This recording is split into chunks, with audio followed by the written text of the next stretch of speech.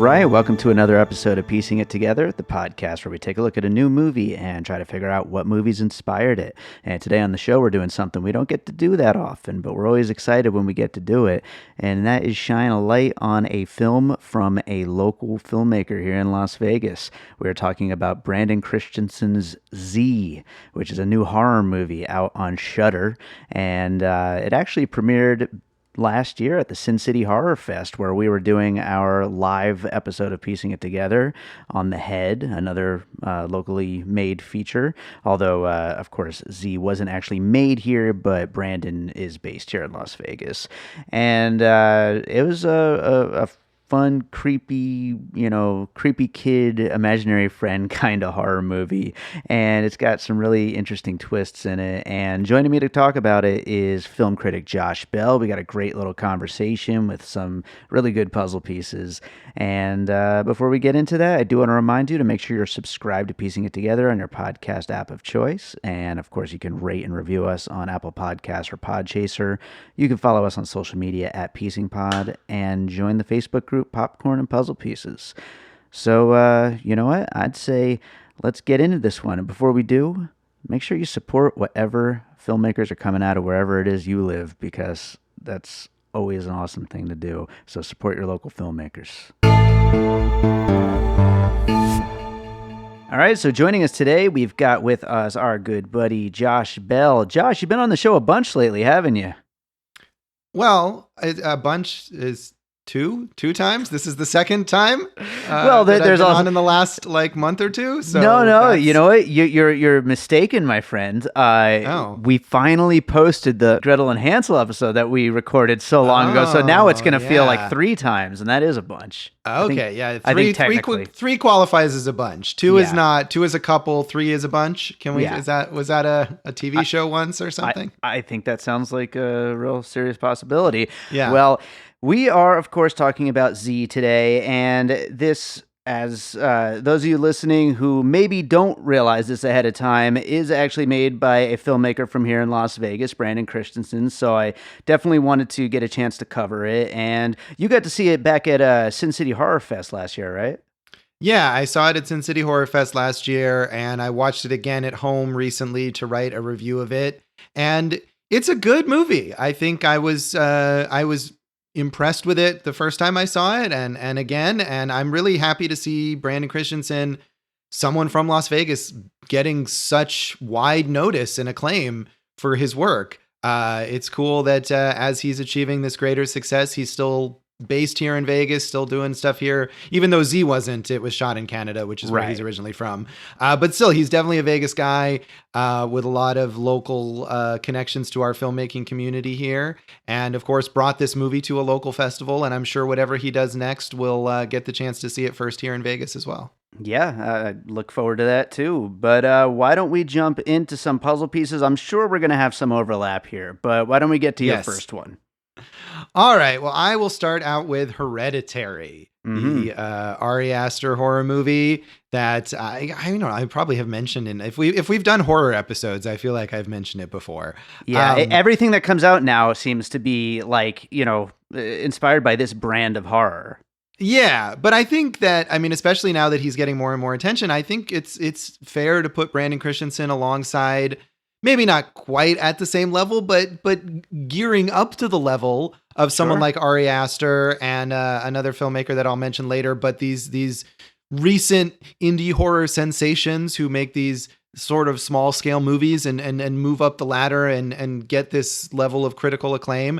But beyond that, that's sort of like the meta, context of it. But I think as a movie, there is a lot of overlap. Hereditary is a horror movie that's very much about family legacy. It's about a mother who is dealing with what is being passed down to her and then kind of from her to her children without necessarily understanding the full ramifications of it until she has to face it later on.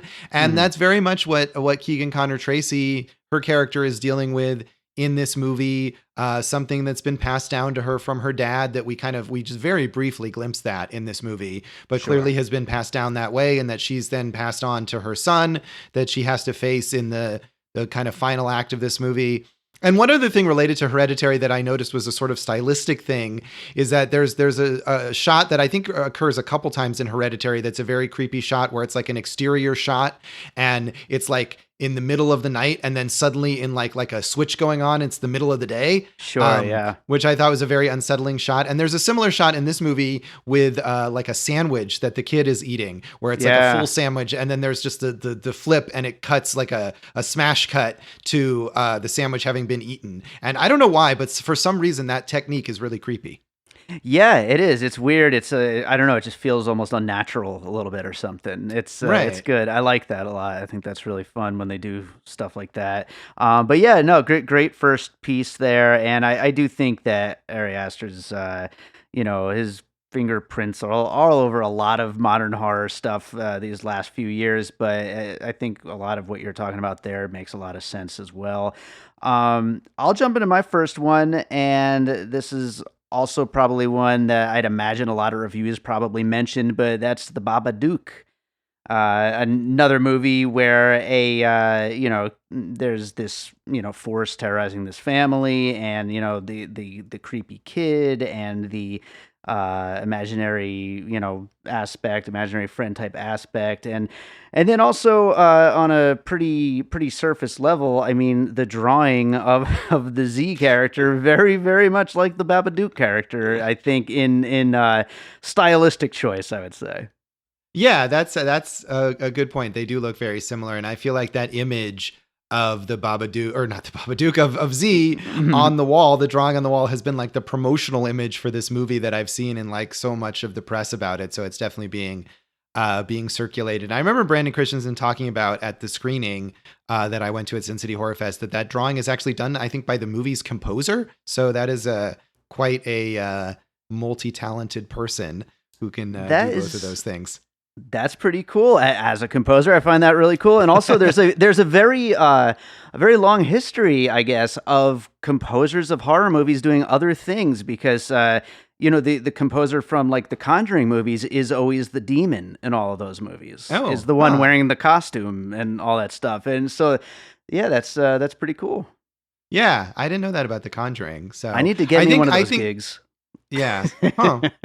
And I think they had mentioned, I can't remember the story. Maybe I'd have to look it up, but I think Brandon had also talked about how it was maybe a last minute thing. Like that's why the composer did it because they were trying to get something else going on and they couldn't. And that he was concerned that the picture looks too good. Like it doesn't look like a child drew it. But I kind of thought that contributed because like, yes, it does look good. It doesn't look like a child drew it, but it contributes to the idea that this child is like possessed and is able to do some sort of like disturbing artwork that he never otherwise would have been able to do. So sure. I think it's cool. And I also had the Babadook on my list. Nice. Right on. Yes. Well, what else do you have on your list? What's up next? Well, I'll kind of stick with the theme with Hereditary of these kind of up and coming horror directors that I feel like are connected here. And the other one besides Ari Aster that I thought of is Mike Flanagan, who is very prolific these days. Sure. But the movie of his specifically I thought of was his breakthrough movie Oculus, which is a crazy movie, but a lot of fun. But it also deals with this idea of the family legacy and something that is sort of cursed being passed down from the parent to the child, maybe somewhat unknowingly, and the effort to counteract this cursed presence has destroyed the lives of multiple generations. So I think there's a lot of similar themes here. And again, I think similarly to Mike Flanagan, there's a trajectory here, especially if you look back before Oculus. Mike Flanagan's first horror movie that he made called Absentia is very much on the like low budget level of these like early Brandon Christensen movies. And you can see like the way he's using those resources in a smart way that I think is something that Brandon Christensen does as well. And so, maybe he'll have a similar trajectory, but I do think just on a thematic level as well, Oculus connects and it's a fun movie. Karen Gillan, fantastic in that movie.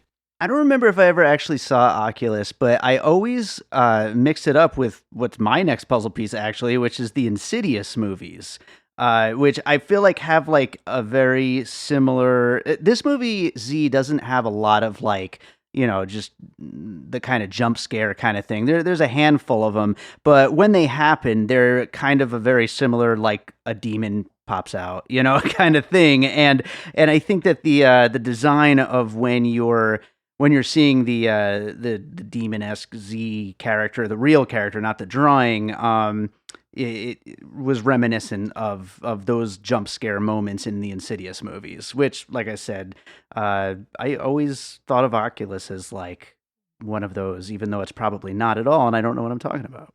No, it's definitely not, and it's a different, very different kind of thing. I'm not a big fan of those Insidious movies. The first two are okay, the ones that James Wan directed, and then it just got, I don't know if you've seen Insidious 3 and Insidious 4, but I'm sure I did, and they all just kind of blend together for me.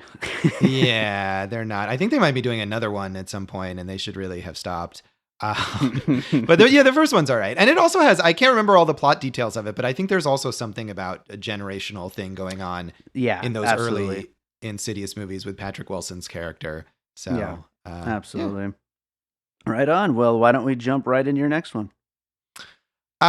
So my next puzzle piece is Wes Craven's New Nightmare, a movie that we have talked about on Awesome Movie Year.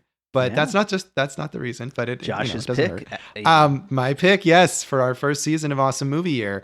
But there is, I felt like, and I don't know if this is on purpose, but I feel like there is one direct visual homage to, not to New Nightmare, but to Nightmare on Elm Street, when the mother character, Keegan Connor Tracy's character, is sitting, I think her name is Elizabeth, is sitting in the bathtub, and you see her kind of POV of her feet, and something is about to come. And I always think of Heather Langenkamp in the original Nightmare on Elm Street, where she's in the bathtub and then Freddy's glove comes up out of the tub.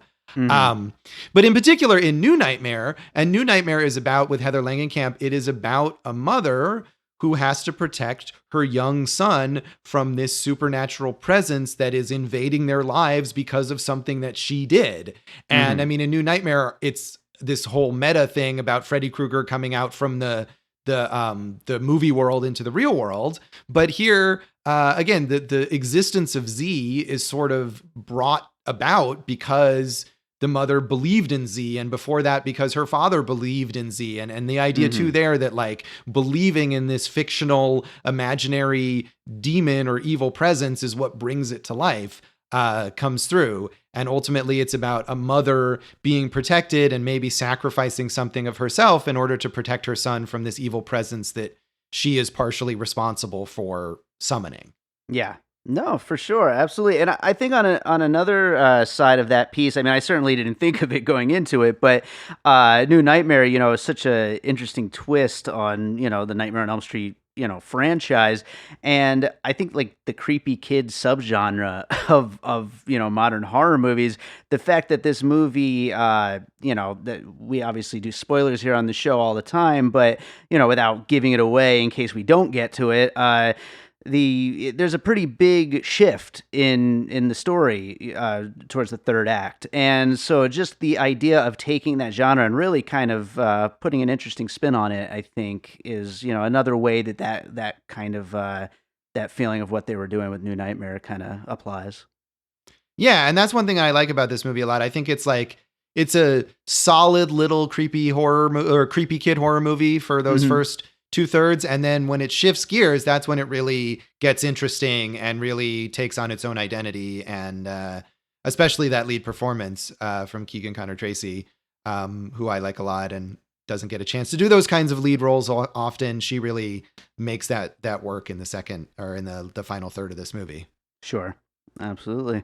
All right, well, I'll go for my next one. I'm actually going to combine a couple movies here. I'm going to combine both the Annabelle movies and the Child's Play movies, because we get a fair amount of creepiness out of kids' toys. There's a lot of that going on in this movie. A lot of the atmosphere that helps sell the creepiness is based on just all of the, of course, there's the little typewriter toy that keeps speaking out Z, and then there's other, little things throughout the kids' room that help to create that feeling and that dread that comes for some reason from kids' toys, but it really does in these kinds of movies. Yeah, there's good use of that speak and spell or whatever it is that with the buttons that says the letters out. It's very creepy, and I don't know if that's a real toy that he used or if he created those sounds or how that works. But whatever it is, it's very effective. And yeah, even just the basic thing of like seeing a reflection in the closet that looks like eyes, but is really just this little, I think it's like a train toy or something. Yeah, like, yeah. those small touches are very well done. And actually, yeah, Brandon Christensen, I don't know how many he's made, but he's been making these little horror shorts like in quarantine with his own actual kids. Mhm. And the one that I watched involves like a creepy clown doll and is effectively Nice. done. And of course, you have to realize that because he's just making those at home, that means he bought the creepy clown doll for his kids, like Yeah. at some other point, Gotta and live then with decided it. to make a horror movie out of it. Yeah. One last point about those movies in particular. I thought this movie had really great sound design. It does a really good job of setting that scene with some of the sounds that like we're talking about the speak and spell thing, but then just in general throughout the house and everything that's set up. Really good sound work. Yeah, absolutely. I agree. And that's a big part of a horror movie, like why it works is just like even something in the background that kind of puts you on edge is important. Definitely. Right on. Well, what do you got next? Well, I mean, we've danced around the idea of this as a creepy kid movie, so I figured I got to bring up at least, one iconic creepy kid movie. So I'm going to go with The Omen, which Nice. is maybe the quintessential creepy horror movie kid. I don't know, but especially I think as relates to this movie, even though, as we mentioned, there's the sort of shift, and it turns out that the kid himself is really not evil or whatever. It's really this presence that attaches itself either to him or to the mother or to her father. But for most of the movie, he is doing creepy stuff under the influence of Z. And especially there's that great shot in the movie where he's at his friend's house and the friend like just plunges off the stairs and like hits his head on the rail. And that's like such a horrifying shot, but it's really, really well done. And it's like almost like it's like in the background. And I think of I think maybe not exactly. It's been a while since I saw The Omen, but of course the kid in The Omen he's Satan. Sure. It's Damien. He's straight up Satan.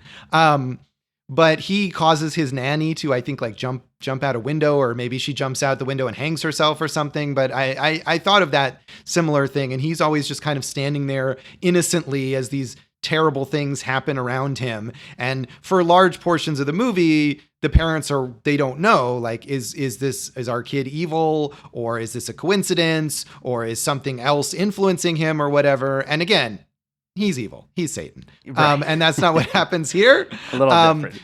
But you do have a lot of this movie is the question that the parents are wondering, like, is our kid really doing these terrible things, or is something causing him to do those things, or are they just coincidences, or how is this happening? And that's, Totally. I think, similar. Yeah, absolutely. I think if I was giving this like a star rating, I would probably raise it 1 star from that moment when that kid gets thrown off the. That is a great That was some moment. solid violence right there. That's Yes, great. it really. I think I actually rewinded and watched it again. That just one moment when I was watching the movie this most recent time, because I was just like, and it's like you could almost not even notice it if you Yeah. aren't paying close enough attention. But it's just so like shocking. So. All right. Well, since you went with the creepy kid, I'm going to go with the creepy kid movie too, because I had to, of course, include another one. And this is a very, very simple, maybe the simplest, most basic puzzle piece I've ever used on the show. And that is the movie Joshua, because the kid's name is Joshua. So. All right. I haven't seen that. I had heard good things about that movie. It's pretty good. It's one of the better ones of the. Like I said, I'm not the biggest fan of like these kinds of horror movies, but it's one of the better ones of like the creepy kid horror movie. Yeah. I'll have to. Was it Vera Farmiga who's in that one? I remember Maybe? Sam As the mom? Rockwell's Okay. in it. I forget who the mom is. I think you might be right though. Yeah. Yeah. I'll have to. I mean, there's a lot of those. I was sort of wondering, like, which to include or how many should I include. There's certainly other ones in movies like The Bad Seed or The Good Son that are not supernatural, that are just like basically the premise is the kid is like a dick, Yeah. Yeah, that's a little bit of a different one, but Right. And that's, I mean, but again, you kind of wonder at certain points when he's like acting out at school, it's like, oh, is the kid just kind of an asshole, or is there something else going on? Yeah, they definitely keep you wondering that, at least for the first portion. Right. Yeah. So what do you got next?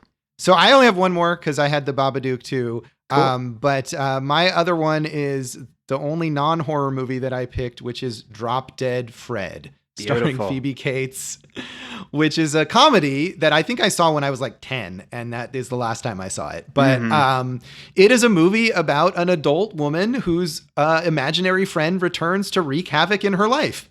And it's done as a comedy, of course, which this is not. But I felt like that was a very specific kind of story that hasn't been told that much, but ultimately that is what this movie is about, is that the imaginary friend, and also the idea of like promising something to your imaginary friend when you're a child and not understanding what it means. Like she says, oh, we're going to get married, Z, or whatever. And then she's suddenly in this horrifying position as an adult.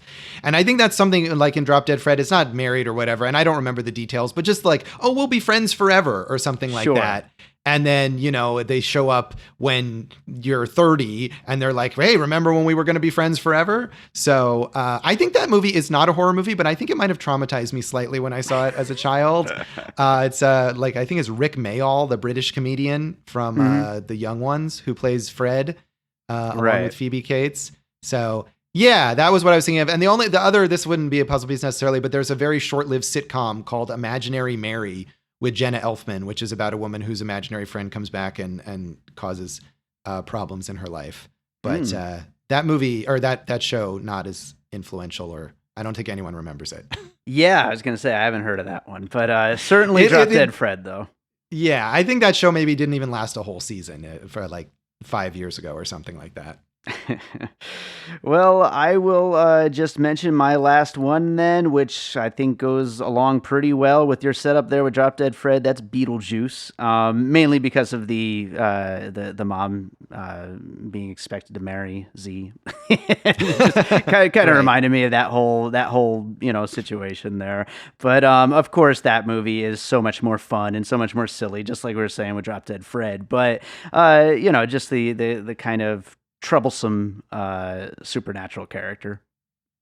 Yeah, that makes sense. And I think you could tweak this movie in a way and make it kind of funny. I mean, if Z doesn't really, you barely see him as a character. Sure. But if he did show up and he looked like Beetlejuice or he looked like Drop Dead Fred, it would be a very different kind of movie. Yeah, that final act already is very like a weird tone shift, but I mean, it could get really weird if they went for the comedy aspect of that. Yeah, it could. I think it's the right balance. You don't want this movie, you don't want it to get too weird because it's like, it's got this very clear, like sort of slow burn horror tone. And I think even though the plot changes, it keeps that tone and it works well. Absolutely. Well, right on. Let's do the finished puzzle and then we'll get into some closing thoughts. Finished puzzle for Z includes Hereditary, The Babadook, Oculus, Insidious, New Nightmare, Annabelle, Child's Play, The Omen, Joshua, Drop Dead Fred, Beetlejuice. And of course, we could have just sat here and named a whole bunch of creepy kid movies, but we won't do that. Yes, today. we could. One last thought I did want to mention, and this, of course, would be way, way, way too new to be a puzzle piece, but I was reminded a little bit of Lee Winnell's The Invisible Man from earlier this year, in the way that it just uses these kind of empty rooms where you just know something must be in the frame, but you don't really quite know where to look, and I thought that's an interesting technique to use to really kind of mine a lot of horror out of really nothing there, Right. That's a great thing to use when you don't have a budget where you can just point at nothing and scare the audience. That's not easy to do. And that's good. So yeah, I can see that. Lee Winnell, of course, involved in the Insidious movies. So there's there you go. Connection there as well. Absolutely. I think for both of us, it's hard to go, to sort of separate this from our excitement at seeing someone from the Vegas film community have such a big success. And so I'm very happy about that. And I think also, like I've said a couple times, Keegan Connor Tracy, who I remember all the way back from Jake 2.0. I don't know if you remember that show. No, not really. But yeah, I mean, she's done a lot of TV. She's a Canadian actor, and I'm sure that's part of, Brandon, who's from Canada, goes back and he shoots with all the resources that he can get there. But she's done a ton of TV and a lot of supporting roles and has had a long, successful career, but she doesn't always get to play a lead role. And so I just thought she really did a fantastic job in this movie, and it's cool to see her get that kind of showcase. So, I'm glad that it's around. I hope people watch it. I mean, obviously they have been, but I hope more people do. And if we have people in Vegas here who are interested in supporting our local talent, I hope those people will check it out as well. Absolutely. Well, I think that does it, Josh. Did you see anything else recently you'd like to recommend?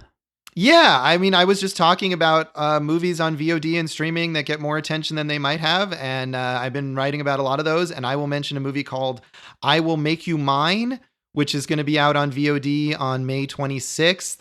It's written and directed by Lin Chen, who actually, like Keegan Connor Tracy, is a veteran, like a character actor who's in a lot of small TV parts, but doesn't really get to play a lead role. And not only is she the star of it, but also the writer-director. It's her first movie as a filmmaker, and it's a sort of sequel to a couple earlier movies by a different director named Dave Boyle that I actually haven't seen, but it stands alone, and it takes the main character from those movies, who's kind of this scruffy indie musician, and shifts him into the supporting role. And it's really about these three women who have been his like romantic interests in the previous movies, and how they're kind of going into middle age and dealing with regrets, and how they feel about him, but also how they feel about their romantic lives and their careers and everything going forward. It's shot in this nice black and white. It's very reminiscent of the Richard Linklater Before movies. In it, but I think, not in a way that copies them, but in a way that also deals with like the passage of time and how you relate to people from your romantic past after time has gone on. So yeah, it's just like, it's like 75 minutes long. It's a nice little sort of sketch of a movie, but I liked it a lot. It's called I Will Make You Mine from Lin Chen, and it's going to be on VOD rental May 26th. Beautiful. Well, why don't you tell people where they can find your writing and awesome movie here? Yeah, you can find me at joshbellhateseverything.com, at Josh Bell Hates Everything on Facebook, and at Signal Bleed on Twitter. And you can check out Awesome Movie Year wherever you listen to Piecing It Together, and also at awesomemovieyear.com, at Awesome Movie Year on Facebook and Instagram, and Awesome Movie Pod on Twitter. Awesome. That is awesome. Yes, it is. It is indeed. Well, Josh, thanks as always for being here, man. We'll get you back again soon, I'm sure. Yeah, it'll be a bigger bunch. There you go. Lots of bunches. Yes.